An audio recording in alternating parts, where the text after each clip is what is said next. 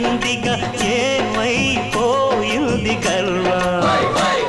అరే శివుని శిరస్సు సింహాసనం పొందిన చంద్రుడి గౌరవజనం నిన్నే చేసింది వేళకోళం ఎక్కిన మదం దిగిల్దిగా తగిన ఫలం దక్కిల్దిగా ఏమైపోయింది గర్వం త్రిమూర్తులే నిలుగని కాలుంచరా నిరంతరం మహిమను కీర్తించరా